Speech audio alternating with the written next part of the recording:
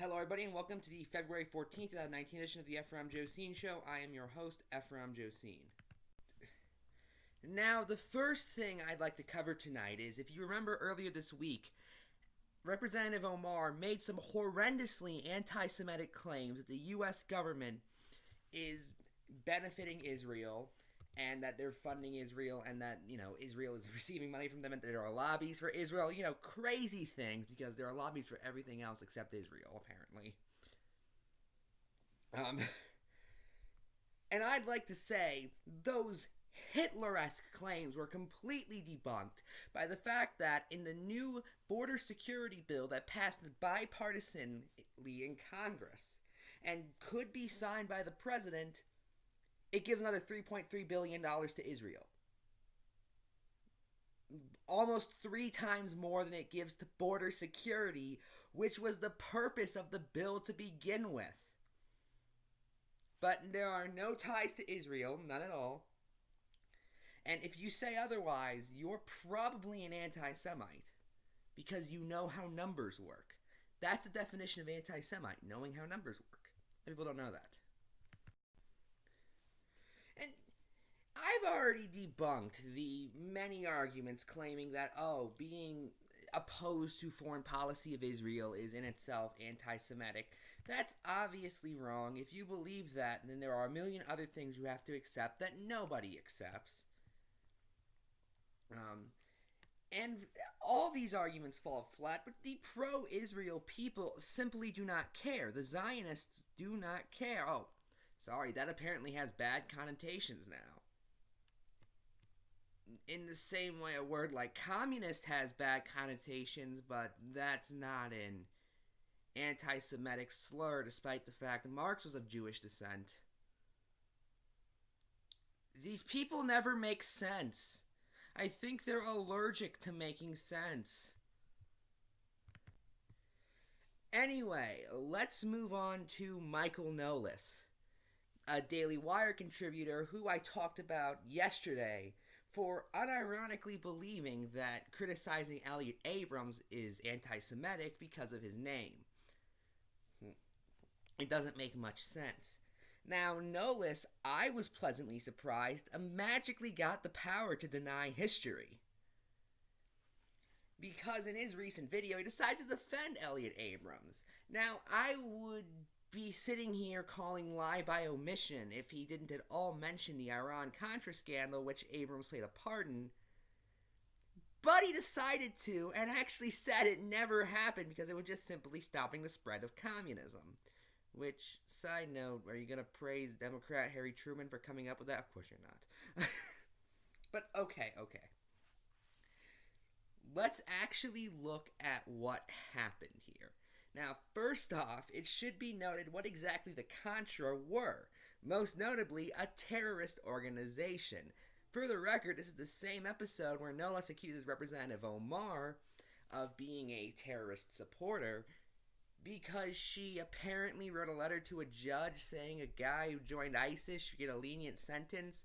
And for the record, his sources for that are some random ABC St. Louis local newspaper, not an academic source, and I thought he hated ABC anyway because it was a liberal bias station, but and Fox News. But okay, we'll pretend that's true. I actually haven't looked too much into the story. Maybe it is true. However, then tell me, what does that make Elliot Abrams when he's funding it? No, seriously.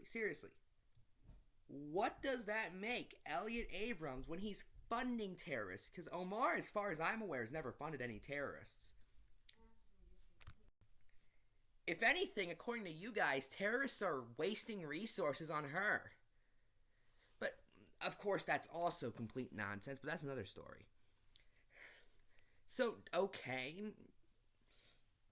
All of that is ignored, but okay. So let's actually look at the rest of the scandal, because after all, Contra is only half of the Iran-Contra scandal name.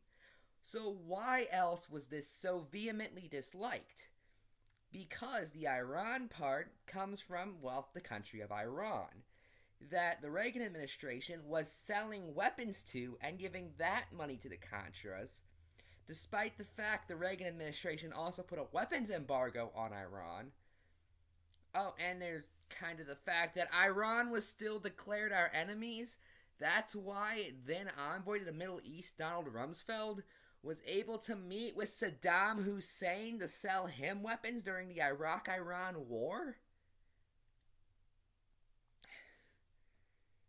The ways this doesn't add up make absolutely millions of reasons. I can't even make a coherent sentence due to how stupid Nolis is. Side note, want to guess what Nolis's reaction was when the Obama administration created a deal with Iran that actually forced them to give up most of their nukes and gave them back their own money because it was going to go to them, but it was an account Jimmy Carter froze after the Shah fell. Oh yeah, he called that giving them nukes and giving them Americans money because he has no brains. Seriously. But here is Nolis's slam dunk defense against for Abrams. It's actually very simple. You see, if what Abrams did was so bad, then explain why he only got a $50 fine and 2 years of probation before being pardoned by President George H.W. Bush. Well, let's check his Twitter to see how consistent of a standard that is. This was about 10 days ago now.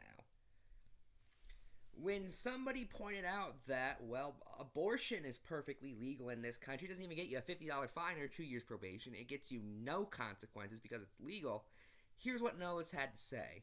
Quote, imagine excusing the infringement of states' rights so you can cry about something totally legal in our country. You're a treasure. Slaveholders to abolitionists, 1789 through 1865. So the law is the ultimate standard when it comes to a Reagan appointee who sold weapons to terrorists. Sorry, gave money to terrorists. That's so much better. Again, this is an American patriot in Nolis's mind. He must have a very low view of his country. But, that's all, I guess, besides the point now.